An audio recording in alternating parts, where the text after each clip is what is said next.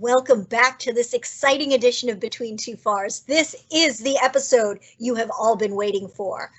The amazing Robert Tepfer is going to pull all of these principles of contract interpretation together into the totality of the circumstances and the deep understanding you need to have to figure out your contract interpretation problem. Bob, are you ready for this? Oh, yeah, I'm ready. Okay. All right. So how does all this come together? We've learned all of these principles of contract interpretation. What happens when you actually have to apply them to your contract problem? Well, I'll tell you, when putting this thing together, had to read a bunch of articles, had to read a bunch of cases, had to go over all these principles, and they all try to put this together in a theme that makes perfect sense with various steps. And, you start out with what's the principle of apparent purpose, which is kind of like, okay, let's not litigate, let's just agree this is what we did, which never occurs. All the way to the end, where you're looking at prior conduct on other contracts, and ultimately you're dealing with the contra preferendum.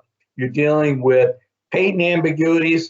If the contractor failed to inquire, it's on them. You're dealing with all these methods of interpreting, which between the four corners into the extrinsic evidence. What you're really dealing with, though, is nothing more than applied equity. You're trying to hold the parties to what they agreed to, but the fact of the matter is there could be just bona fide mistakes or misinterpretations or reading the contract two different ways. And quite often, the prioritization that you have, folks leave that very quickly because they want to interpret it to their advantage. And who can blame them? But the reality is they can leave that equity. Very often I found that contract attorneys on the private sector, they routinely go right to contra preferendum. It's unclear, it's on the government, you have to go with our interpretation. That's not right at all. The fact of the matter is that's the rule of last resort. If none of these other principles will resolve the issue, then you're going to have to go to contra preferendum. It doesn't show up as much as you would think. What could possibly go wrong, right? Can you see the slide? Yeah, I sure can. All right. Yeah, what could possibly go wrong? We've got all these great rules of contract interpretation, all these wonderful principles.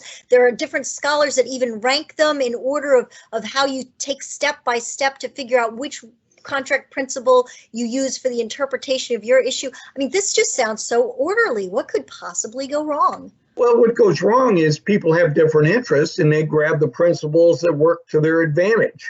And they don't start out at the top and work their way down. They start out with what supports their particular case, which makes sense if you think about it. But if the ambiguity, quite often if it's obvious or glaring, contractor had a duty to inquire. And that principle will trump most of the others. But it doesn't matter if the patent ambiguity, the order of precedence clause, says the section of the contract is controlling, the patent ambiguity may still control. And you'll have the fact that contractors will point to the order of precedence clause and the government will point to the patent ambiguity. Quite frankly, the patent ambiguity rule shifts the equity, and quite often the contractor is forced to live with it. The extrinsic evidence rule, where you have all the issues of prior conduct, the custom and usage, those rules theoretically you don't even get to if you can resolve it. But who wants to throw away the issue of custom and usage, trade practice, that kind of thing if you can show it? But what does that do? That creates an ambiguity which might not otherwise even exist. Okay, go to the next slide. So regardless of the contract language, I can provide this course of conduct demonstrating the way we've always done it. Well, guess what? The language is clear. Theoretically, it should be controlling. The fact that it says all, but there's specific instances set out, a lot of times people will grab the all and show it repeatedly, show it in different sections, show it in the order of precedence clause. Those specific exceptions will probably control. because if you use the contract as a harmonious whole and don't void out those specific exceptions, it'll make more sense. Okay. The one that the engineers and the inspectors like is we bought the contractor's expertise. Surely we can use it now. Well, the contractor may be construed as cheaply as possible, which normally on latent ambiguities, if it's a reasonable interpretation, they can do that, but the government will come back in and say it's not reasonable in the context of good engineering. How do they do that? They have to leave the contract.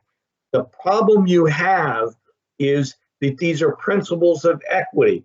And as Monique and I were talking at the beginning, hard cases, as any lawyer knows, makes bad law.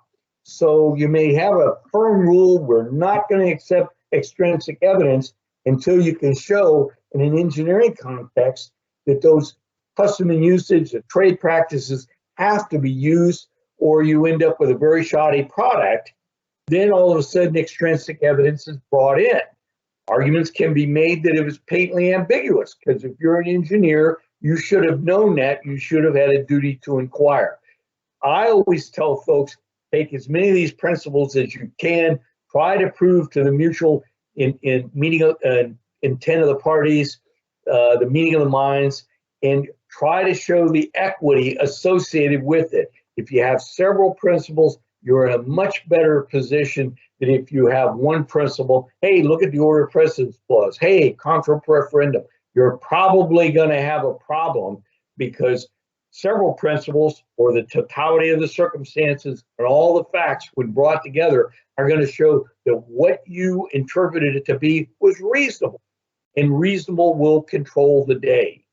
Excellent. That's a terrific practice tip, to use all the tools in your tool belt. If you've got any of these contract interpretation principles that line up with the argument that you're making, so long as they reflect reality and reflect reasonableness and can make a compelling story, use them. Don't rely on just one principle. That is an excellent practice tip, Bob. Do you have any other practice tips or ways of framing this that you would advise attorneys to consider?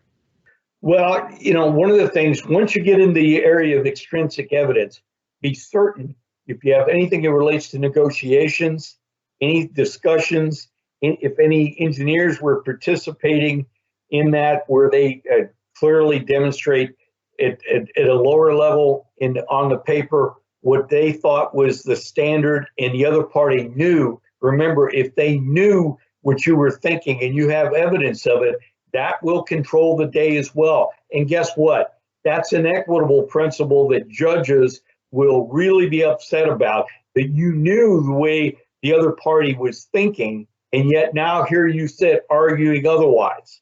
That's just equity. All right. Well, I hope that this series has put some more tools in your tool belt. So the next time your contracting officer calls you with a contract interpretation question, you'll be ready to take a look at the totality of the circumstances and come up with an answer that is both reasonable and functional for you and your client. Best luck in resolving your issues. We'll see you next time between two FARS.